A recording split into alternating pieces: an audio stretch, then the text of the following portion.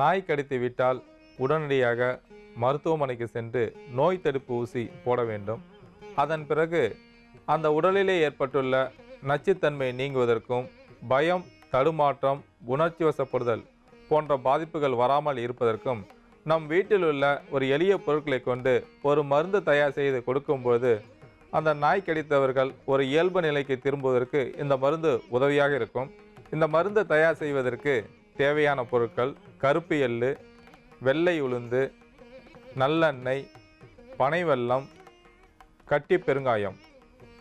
இந்த மருந்து தயார் செய்வதற்கு இந்த பொருட்களின் அளவுகளை இப்பொழுது பார்க்கலாம்.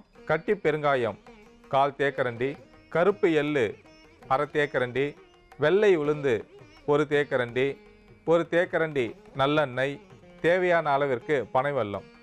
ஒரு வாணலில் 1 தேக்கரண்டி நல்லெண்ணெய் எடுத்து லேசாக சூடேற்றவும்.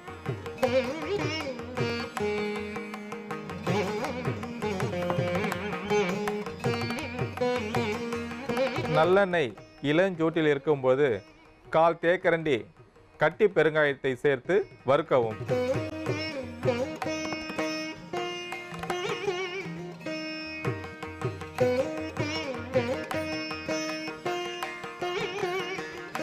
இப்பொழுது 1/2 தேக்கரண்டி கருப்பு எள்ளை சேர்க்கவும்.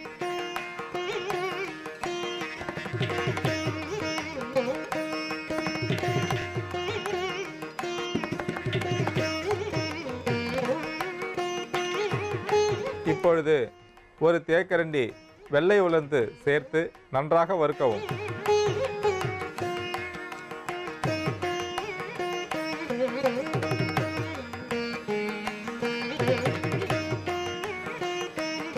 இப்பொழுது தேவையான அளவிற்கு பனைவெல்லம் சேர்க்கவும்.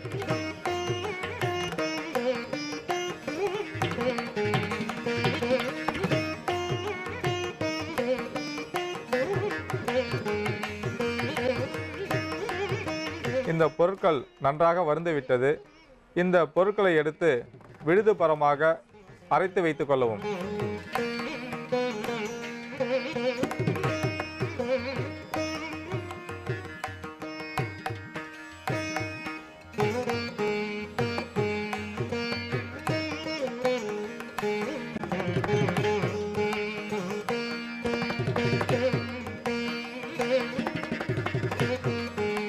இந்த மருந்து தயாராகிவிட்டது. சாதாரணமாக நாய் கடித்தாலும் சரி, வெறிநாய் கடித்திருந்தாலும் சரி, எந்த விதமான பாதிப்புகளும் வராமல் இருப்பதற்கு இந்த மருந்தை 1/4 தேக்கரண்டி வீதம் தினசரி காலையில் வெறும் வயிற்றில் சாப்பிட்டு விட்டு வெந்நீர் குடித்து வரும்போது உடலிலே ஏதும் நோய் தொந்தரவு வராது. வைரஸ் கிருமிகள் தாக்காமல் இருப்பதற்கு இந்த மருந்து உதவி செய்யக்கூடியது. நாய் கடித்து விட்டால் உமிழ்நீர் அதிகமாக சுரக்கும், கோபம் அடிக்கடி வரும், நாவறட்சி இருக்கும், எப்பொழுது பார்த்தாலும் உமிழ்நீர் சுரந்து கொண்டிருந்து அதாவது பிசுபிசுப்பு தன்மையுடன் இருக்கும். இந்த பாதிப்புகளை போக்குவதற்கு இந்த வெள்ளை உளுந்து, கருப்பு எள்ளு, பனைவெல்லம், பெருங்காயம், நல்லெண்ணெய் இந்த பொருட்களில் உள்ள சத்துக்கள் ஒன்று சேர்ந்து இரத்தத்தில் உள்ள அந்த வைரஸ் கிருமியை அறவே அழிக்கும். அத்திப்பாலானது வாய்ப்புண்ணை ஆற்றக்கூடியது, வயிற்றுப்புண்ணை ஆற்றக்கூடியது. அத்தி பிஞ்சை அடிக்கடி சமைத்து சாப்பிட்டு கொண்டு வரும்போது இரத்தத்தை சுத்தம் செய்யக்கூடியது, வயிற்றில் உள்ள புண்களை சரி செய்யக்கூடியது, கல்லீரல், மண்ணீரல், பித்தப்பை, கணையம் போன்ற உறுப்புகளை பாதுகாக்கக்கூடியது, சிறுநீரகத்தில் அதிகப்படியாக கலந்துள்ள உப்பை வெளியேற்றக்கூடியது, உடலுக்கு உறுதியை கொடுக்கக்கூடியது. புகைப்பழக்கத்தால் பாதிப்படைந்தவர்கள் இரத்தம் அசுத்தமடைந்திருக்கும், அந்த இரத்தத்தை சுத்தம் செய்ய ஆற்றல் அத்தி பிஞ்சிக்கு உண்டு. அத்திக்காயை பொரியலாகவோ கூட்டாகவோ செய்து சாப்பிட்டு கொண்டு வரும்போது ஆண்களுக்கு அதிகப்படியாக உள்ள அந்த விந்தணுக்களின் குறைபாட்டை சரி செய்யக்கூடியது, விந்தணுக்களுக்கு பலத்தை கொடுக்கக்கூடியது. அத்தி பழத்தை சாப்பிட்டு கொண்டு வரும்போது உடலுக்கு பலத்தை கொடுக்கக்கூடியது. இரத்த அழுத்தம் அதிகமாக இருந்தால் அந்த இரத்த அழுத்தத்தை சமன் செய்யக்கூடியது, இதய துடிப்பை சமன் செய்யக்கூடியது, மாரடைப்பு வராமல் பாதுகாக்கக்கூடிய ஆற்றல் அத்தி பழத்திற்கு உண்டு. குறிப்பாக அத்தி பழத்தில் உள்ள விதைகளானது இரத்தத்தை சுத்தம் செய்வதற்கும், இரத்த நாளங்களை சரி செய்வதற்கும், இரத்த ஓட்டத்தை சீராக்குவதற்கும் பெரிதும் பயன்படுகிறது. புகைப்பழக்கத்தால் பாதிப்புடையவர்கள் அதிகமாக உடல் பாதிப்புகளை அடைந்திருப்பார்கள். அந்த அனைத்து விதமான உடல் பாதிப்புகளையும் சரி செய்வதற்கு அத்தி விதை பொடி பெரிதளவில் பயன்படக்கூடியது. ஆகையால் அத்தி விதை பொடியையும் நாம் எடுத்து வைத்துள்ளோம். அடுத்ததாக நாம் எடுத்துக்கொண்ட பொருள் தாண்டிக்காய். தாண்டிக்காயில் பீட்டா சிஸ்டோஸ்டிரால் என்னும் வேதிப்பொருள் அதிகமாக உள்ளது. இந்த வேதிப்பொருளானது உடலிலே அதிகப்படியாக உள்ள கொழுப்பை கரைத்து சமன் செய்யக்கூடியது மற்றும் செபுலின், கல்விக் போன்ற அமிலங்கள் அதிகமாக உள்ளன. கல்விக் அமிலமானது கணையத்தில் உள்ள பீட்டா செல்களை தூண்டி சர்க்கரை நோய் வராமல் பாதுகாக்கக்கூடியது, கணையத்தை பாதுகாக்கக்கூடியது. செஃபுலின் அமிலமும் எலாஜிக் அமிலமும் இரத்த ஓட்டத்தை சீராக்கக்கூடியது, இரத்தத்தில் அதிகப்படியாக கலந்துள்ள மாசுகளை வெளியேற்றி உடலை பாதுகாக்கக்கூடியது. தொண்டைப்புண், தொண்டைக்கட்டு, தொண்டையில் எரிச்சல், வாய்ப்புண், குடல் புண் போன்ற பல பாதிப்புகளை தீர்க்கக்கூடிய ஆற்றல் தாண்டிக்காய் கொண்டு. கடுக்காய், நெல்லிக்காய், தாண்டிக்காய் இந்த மூன்றும் சேர்ந்த கலவை திரிபலா. இந்த திரிபலா கால் தேக்கரண்டி நீரிலே கலக்கி வாய் கொப்பளித்து வரும்போது வாய்ப்புண்ணை ஆற்றக்கூடியது. அதை உள்ளுக்கு சாப்பிடும்போது மலச்சிக்கலை சரி செய்யக்கூடியது, ஜீரண சக்தியை கொடுக்கக்கூடியது. உடலிலே தோல் பகுதியில் ஏதேனும் புண் ஏற்பட்டுவிட்டால் ஸ்பிரிட், டெட்டால் போன்றவற்றை கொண்டு சுத்தம் செய்ய வேண்டும். ஆனால் வீட்டிலே திரிபலா சூரணம் இருந்தால் கால் தேக்கரண்டி திரிபலா சூரணத்தை ஒரு டம்ளர் நீரில் போட்டு நன்றாக கொதிக்க வைத்து ஆறிய பிறகு அந்த நீரை கொண்டு புண்களை கழுவி வரும்போது புண்கள் விரைவாக ஆறிவிடும். திரிபலாவை உள்ளுக்கு சாப்பிடும்போது இரத்தத்தில் உள்ள மாசுகளை வெளியேற்றக்கூடியது, இரத்தத்தில் அதிகப்படியாக கலந்துள்ள உப்பை சரி செய்யக்கூடியது. சிகரெட் பழக்கத்தினால் ஏற்பட்டுள்ள அந்த நச்சு கிருமிகள் உடலிலே சேர்ந்து கொண்டு அதிகப்படியான பாதிப்பை ஏற்படுத்தும். அந்த பாதிப்பை சரி செய்யக்கூடிய அமைப்பு இந்த தாண்டிக்காய்க்கு உண்டு.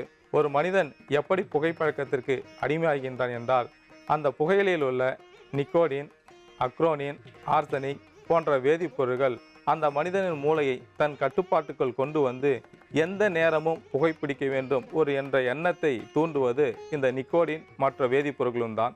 இந்த நிக்கோடின் மற்றும் இந்த வேதிப்பொருட்களை படிப்படியாக குறைப்பதற்கு தாண்டிக்காய் பேருதவியாக இருக்கின்றது. அதற்கடுத்ததாக நாம் எடுத்துக்கொண்ட பொருள் சம்பா கோதுமை. இந்த சம்பா கோதுமையில் அனைத்து விதமான சத்துக்களும் நிறைந்துள்ளன. சர்க்கரை நோயாளிகளுக்கு சம்பா கோதுமையை கொண்டு உணவு தயாரித்து கொடுக்கும் பொழுது அவர்களின் சர்க்கரை அளவு படிப்படியாக குறையும். இந்த சம்பா கோதுமையில் விட்டமின் B12, நியாசின், தயாமின் போன்ற பல வேதிப்பொருட்கள் கலந்துள்ளன. இதில் B12 ஆனது சுறுசுறுப்பை கொடுக்கக்கூடியது, வயிற்றுப்பகுதியில் உள்ள அனைத்து உறுப்புகளையும் பாதுகாக்கக்கூடியது, மத்திய நரம்பு மண்டலத்தை பாதுகாக்கக்கூடியது. சம்பா கோதுமை தூள் செய்து அதை சிறிது மிளகு சேர்த்து ஜீரகம் சேர்த்து கஞ்சாக்கி அவற்றை பருகி வரும்போது உடலுக்கு பலத்தை கொடுக்கக்கூடியது. நீண்ட நாளாக காய்ச்சலால் பாதிப்படைந்தவர்களுக்கு சம்பா கோதுமை ரவை, மிளகு, சித்தரத்தை, பனங்கற்கண்டு இவற்றை சேர்த்து கஞ்சி வைத்து சாப்பிட்டு கொண்டு வரும்போது அந்த நீண்ட நாட்களாக காய்ச்சலால் பாதிப்படைந்தவர்கள் உடனடியாக எந்திரிச்சு நடமாடுவார்கள். அவர்களுக்கு உடலுக்கு பலத்தை கொடுக்கக்கூடியது. ஏதேனும் விஷத்தை அறிந்துவிட்டால் இந்த கோதுமை மாவை தண்ணீரிலே கலந்து உள்ளுக்கு கொடுக்கும்போது அந்த விஷத்தன்மையை முறித்து அவர்கள் ஆரோக்கியமாக வாழ்வதற்கு பேருதவியாக இருக்கக்கூடியது. கோதுமை மாவை காடியிலே அரைத்து புண்களின் மீது பூசி வரும்போது அந்த புண்கள் விரைவாக ஆறக்கூடியது. தீப்புண் காயம் ஏற்பட்டுவிட்டால் அந்த தீப்புண் காயத்தை போக்குவதற்கு கோதுமை மாவை நீரில் கலந்து உடல் முழுவதும் பூசும்போது அந்த தீப்புண்ணானது விரைவாக ஆற்றக்கூடியது. கோதுமை மாவில் உள்ள சத்துக்கள் விட்டமின் B12 ஆனது சுறுசுறுப்பை கொடுக்கக்கூடியது. நியாசினானது மத்திய நரம்பு மண்டலத்தை பாதுகாக்கக்கூடியது, மத்திய நரம்பு மண்டலத்துக்கு பலத்தை கொடுக்கக்கூடியது. தயாமினானது இரத்த அணுக்களின் வளர்ச்சிக்கும் திசுக்களின் வளர்ச்சிக்கும் பேருதவியாக இருக்கின்றது. புகைப்பழக்கத்தால் பாதிப்படைந்தவர்களுக்கு இந்த கோதுமை சிறிதளவேனும் தினசரி எடுத்துக்கொண்டு வரும்போது இரத்தத்தை சுத்தப்படுத்தி ஒரு ஆரோக்கியமான உடல்நிலையை பெறுவதற்கு பெரிதும் பயன்படுவதால் நாம் ஊற வைத்த கோதுமையும் எடுத்து வைத்துள்ளோம். அதற்கடுத்ததாக நாம் எடுத்துக்கொண்ட பொருள் தேன். இந்த பொருட்களை கொண்டு மருந்து தயார் செய்து அந்த மருந்தை தேனுடன் கலந்து சாப்பிட்டு கொண்டு வரும்போது இரத்தத்தோடு உடனடியாக கலந்து இரத்தத்தில் உள்ள நச்சுப் பொருட்களை வெளியேற்றுவதற்கும் நம் உடலுக்கு பலத்தை கொடுப்பதற்கும் பேருதவியாக இருப்பதால் நாம் தேனையும் எடுத்து வைத்துள்ளோம். இந்த பொருட்களை கொண்டு எப்படி ஒரு மருந்து தயார் செய்வது என்பதை பற்றி ஒரு சிறிய இடைவேளைக்கு பிறகு பார்க்கலாம்.